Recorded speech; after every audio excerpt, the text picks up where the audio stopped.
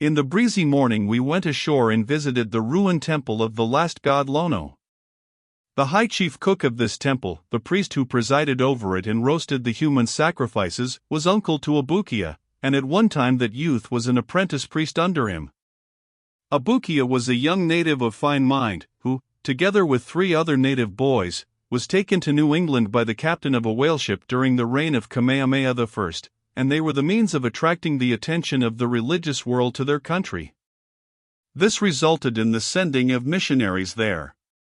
And this Abukia was the very same sensitive savage who sat down on the church steps and wept because his people did not have the Bible. That incident has been very elaborately painted in many a charming Sunday school book, and told so plaintively and so tenderly that I have cried over it in Sunday school myself, on general principles, although at a time when I did not know much and could not understand why the people of the Sandwich Islands needed to worry so much about it as long as they did not know there was a Bible at all. Abukia was converted and educated, and was to have returned to his native land with the first missionaries, had he lived. The other native youths made the voyage, and 2 of them did good service, but the third, William Kanyui, fell from grace afterward, for a time, and when the gold excitement broke out in California he journeyed thither and went to mining, although he was 50 years old. He succeeded pretty well, but the failure of Page, Bacon and Company relieved him of $6,000, and then, to all intents and purposes, he was a bankrupt in his old age and he resumed service in the pulpit again. He died in Honolulu in 1864.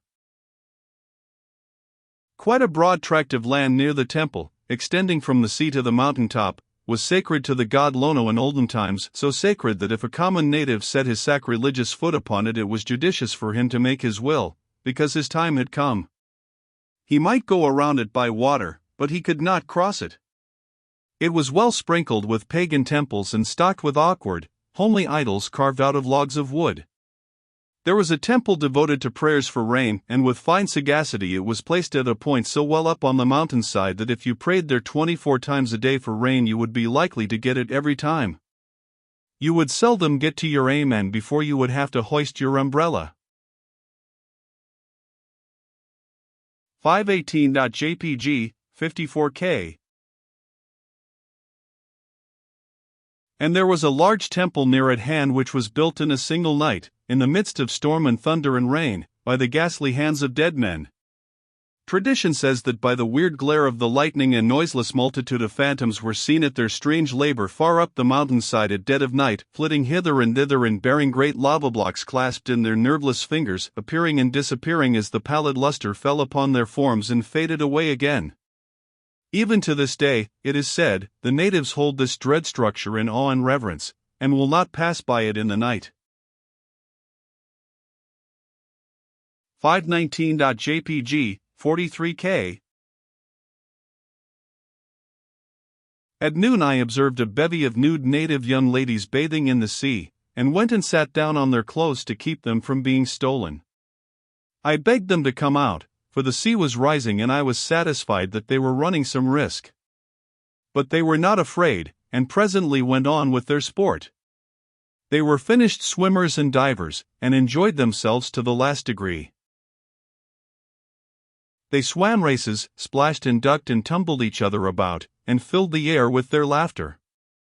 It is said that the first thing an islander learns is how to swim, learning to walk being a matter of smaller consequence, comes afterward.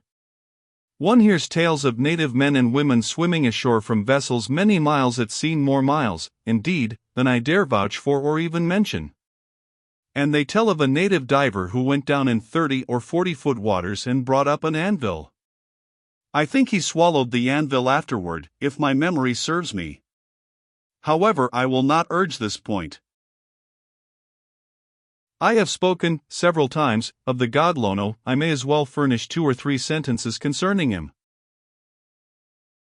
The idol the natives worshipped for him was a slender, unornamented staff 12 feet long. Tradition says he was a favored god on the island of Hawaii, a great king who had been deified for meritorious services, just our own fashion of rewarding heroes, with the difference that we would have made him a postmaster instead of a god, no doubt. In an angry moment he slew his wife, a goddess named Kaikalani A3. Remorse of conscience drove him mad, and tradition presents us the singular spectacle of a god traveling on the shoulder, for in his gnawing grief he wandered about from place to place boxing and wrestling with all whom he met.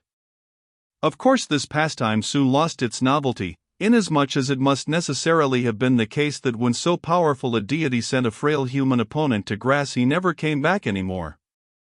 Therefore, he instituted games called makahiki, and ordered that they should be held in his honor, and then sailed for foreign lands on a three-cornered raft, stating that he would return some day, and that was the last of Lono. He was never seen anymore, his raft got swamped, perhaps.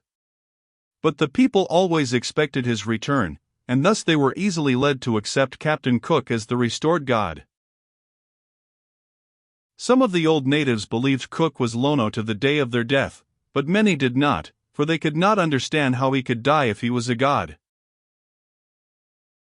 Only a mile or so from Kealakekua Bay is a spot of historic interest, the place where the last battle was fought for idolatry. Of course we visited it, and came away as wise as most people do who go and gaze upon such mementos of the past when in an unreflective mood. While the first missionaries were on their way around the Horn, the idolatrous customs which had obtained in the island, as far back as tradition reached, were suddenly broken up.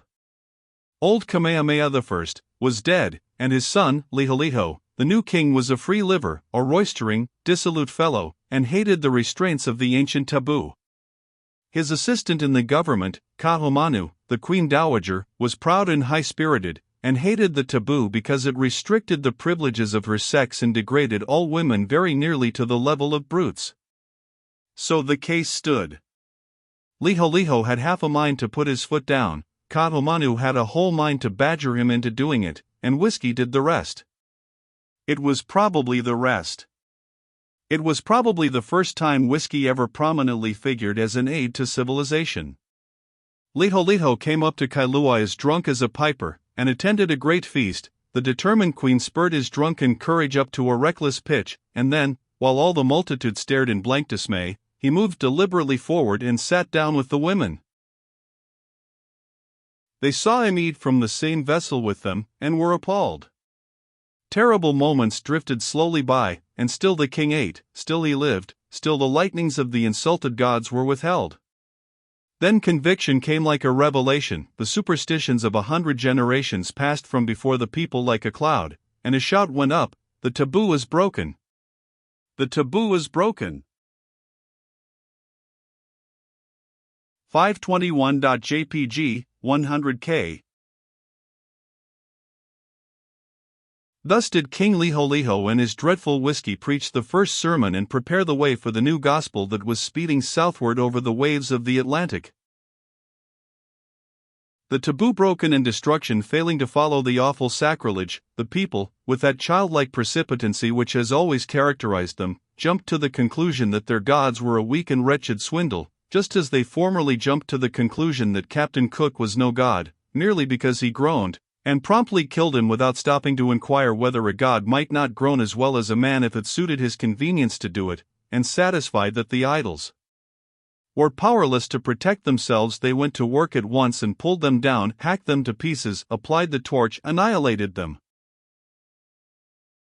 The pagan priests were furious. And well they might be, they had held the fattest offices in the land, and now they were beggared. They had been great, they had stood above the chiefs, and now they were vagabonds. They raised a revolt, they scared a number of people into joining their standard, and Bikwokalani, an ambitious offshoot of royalty, was easily persuaded to become their leader. In the first skirmish the idolaters triumphed over the royal army sent against them, and full of confidence they resolved to march upon Kailua. The king sent an envoy to try and conciliate them, and came very near being an envoy short by the operation. The savages not only refused to listen to him, but wanted to kill him. So the king sent his men forth under Major General Kalamoku, and the two hosts met at Kuamu. The battle was long and fierce, men and women fighting side by side, as was the custom, and when the day was done the rebels were flying in every direction in hopeless panic and idolatry, and the taboo were dead in the land. The royalists marched gaily home to Kailua glorifying the new dispensation. "There is no power in the gods," said they are a vanity and a lie. The army with idols was weak, the army without idols was strong and victorious. The nation was without a religion. The missionary ship arrived in safety shortly afterward, timed by providential exactness to meet the emergency, and the gospel was planted as in a virgin soil. 523.jpg, 57K